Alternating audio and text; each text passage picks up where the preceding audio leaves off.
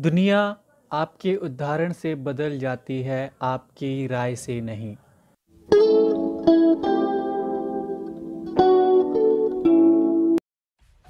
Subscribe कीजिए हमारे channel को और बेल आइकॉन को दबाइए हमारी लेटेस्ट वीडियो सबसे पहले देखने के लिए।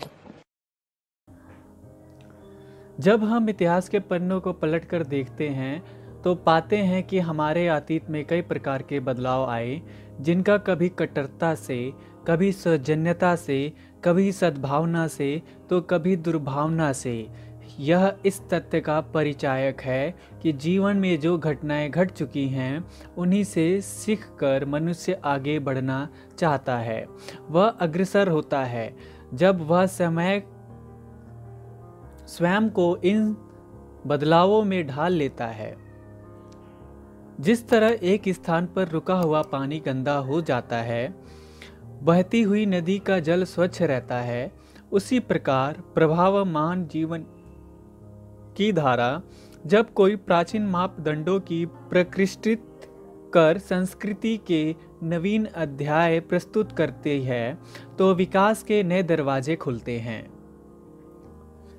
पृथ्वी पर अब जन्मे सबसे महानतम वैज्ञानिकों में से एक अल्बर्ट आइंस्टाइन के द्वारा कहा गया यह कथन, बदलने की क्षमता ही बुद्धिमत्ता का माप है, 100% सत्य है। इस कथन के मुताबिक वही व्यक्ति बुद्धिमान होता है जो अपने आप को परिस्थितियों के अनुरूप बदलने की क्षमता रखता है। आज भी जब हम अपने आसपास नज़र उठाकर देखते हैं तो ना जाने कितनी ऐसी बुराइयां देखने को मिलती है जिससे बदलना चाहिए।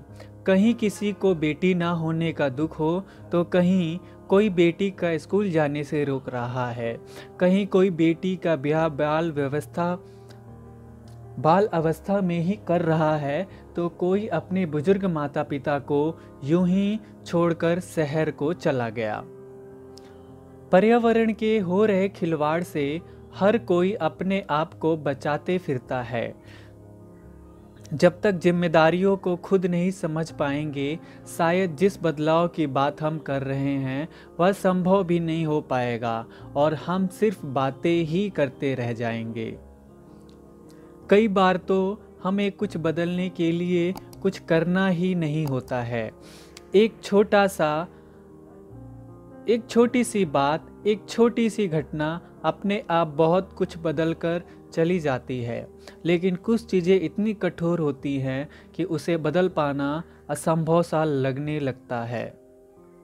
अगर यही सोच मिट्टी से घड़ा बनाते समय कुम्हार के भीतर आ जाए तो वह मिट्टी कभी भी घड़ा नहीं बन सकती। कुम्हार उस मिट्टी को इतना अधिक मुलायम कर देता है जिससे सांचे में चाहे डाल दे, उसे जो चाहे वह आकार दे, और सब परिवर्तन के कारण ही तो हो पाता है। जब किसी परिस्थिति को बदला नहीं जा सकता तो हमें अपने आप को बदलना चाहिए ताकि उस परिस्थिति का सामना हम और भी बेहतर ढंग से कर सके। हमारे राष्ट्रपिता महात्मा गांधी ने भी कहा था कि जो बदलाव हम दुनिया में लाना चाहते हैं उसे सबसे पहले हमें अपने आप में लेकर आना होगा। इतिहास में जितने भी महान व्यक्ति हुए हैं सभी ने बदलते समय के साथ अपनी सोच को बदला और समाज में एक नई चेतना और बदलाव लेकर आए। जिस आज में हम जी रहे हैं वह कब अतीत बन जाता है पता भी नहीं चलता। ऐसे में मनुष्य को चाहिए कि वह लकीर का फकीर ना बनकर वर्तमान में जिए, क्योंकि प्रत्येक क्षण बदलता हुआ आगे बढ़ जाता है। आपने मन की बात को मानकर यदि कोई काम किया जाता है तो सफल होने की उम्मीद और भी बढ़ जाती है, क्योंकि इसे पूरा करने में व्यक्ति अपना सर्वस्व समर्पित कर देता है। देश विदेश में कई ऐसे उदाहरण हैं जहां लोग अपने काम में पैशन को लेकर बड़े से बड़ा रिस्क लेने से भी नहीं चुके हैं। फ्रांस के महान चित्रकार मिलेट के पिता किसान थे, लेकिन मिलेट की रुचि बचपन से ही चित्रकारी में थी। लोग उनका मजाक उड़ाते, रोजी रोटी कमाने के लिए कुछ ढंग का काम करने की नसीहतें देते, लेकिन मिलेट का मन तो केवल चित्रकारी में ही बसा था। रंगों के संसार में उन्हें कुछ ऐसे नाता जोड़ा कि आज पूरी दुनिया उन्हें दुनिया के महानतम चित्रकारों के तौर पर जानती है। न्यूयॉर्क राज्य अपराधियों, विक्षिप्तियों, मूर्खों और महिलाओं को मधिकार देने से इनकार करता है। हाथ कंगन को आरसी क्या। जाहिर है दुनिया के गणतंत्रों में पहले पहल महिलाओं को वोट देने का अधिकार नहीं था, और जब महिलाओं ने इसकी मांग की तो कट्टरपंथियों ने इसका विरोध ऐसे किया जैसे वे उनके बराबर की इंसान ना हो। मगर जबरदस्त विरोध प्रदर्शनों, गिरफ्तारियों के बाद क्रांति हुई और महिलाओं को वोटिंग का राइट्स मिले। इन देशों में हुए बदलाव के उदाहरण से ही अन्य देशों में भी महिलाओं को मताधिकार मिले। कट्टरपंथी हर बदलाव का विरोध करते हैं, चाहे बात कितनी ही सही हो, वे उसे नहीं मानते। पहले पहल जब कहा गया दुनिया गोल है तो उसका भी विरोध हुआ। पहले पहल जब कहा गया पृथ्वी सूरज की परिक्रमा करती है, सूरज पृथ्वी की नहीं, तो इसका भी विरोध हुआ। बात की वैज्ञानिकता बगैर जांचे परखे, लेकिन वैज्ञानिकों ने इसे प्रयोग किया और एक उदाहरण पेश किया। वह उस उदाहरण को मानने वालों का एक समर्थक वर्ग तैयार किया। तब जाकर लोग अब मानने लगे हैं कि कोपरनिकस ने सही कहा था। कोपरनिकस सूली चढ़ा, लेकिन अपने कथन से विमुख नहीं हुआ। हर युग में कट्टरपंथी सोच को सूली पर चढ़ाते रहे हैं, सच बोलने वालों की गर्दन काटते रहे हैं।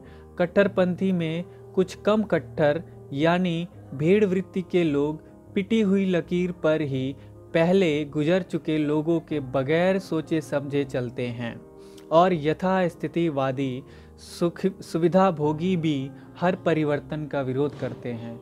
अंततः प्रगतिशील वही है जो समय, कला, परिस्थितियों के नए तर्कों के अनुसार उचित परिवर्तन करे।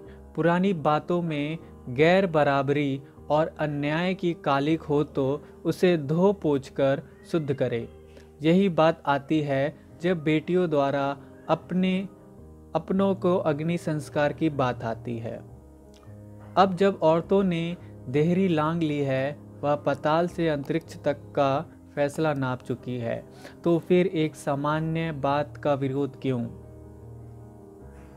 कल्पना Chawla, Sunita Williams, madam Curie, mother Teresa जैसी महिलाओं का योगदान लोगों को मजबूर करती है कि महिलाओं को रोकना व प्रतिबंधित लगाना उचित नहीं है, अपितु उन्हें एक पॉजिटिव पथ की जरूरत है जिस पे चलकर वे देश का मान सम्मान बढ़ा सके। वक्त आपका है, चाहे तो सोने में बना लो और चाहे तो सोने में गुजार दो। दुनिया आपके उदाहरण से बदलेगी, आपकी राय से नहीं। घड़ी सुधारने वाले मिल जाते हैं, लेकिन समय खुद सुधारना पड़ता है।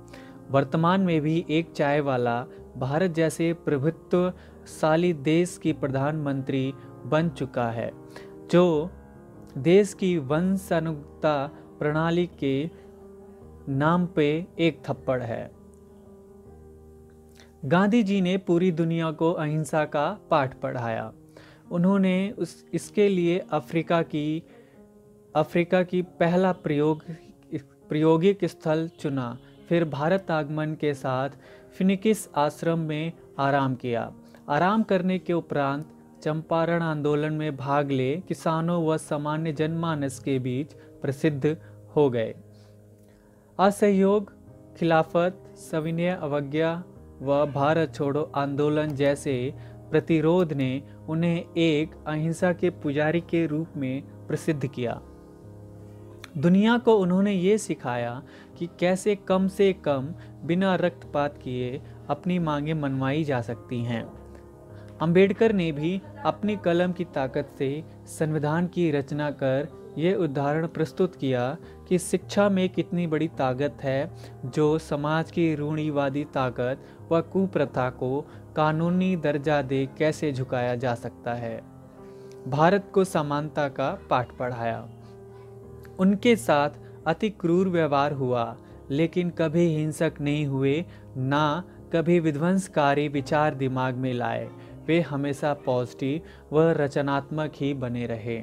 आज समाज उनके विचारों पे चलती है और वे अभी भी प्रासंगिक है।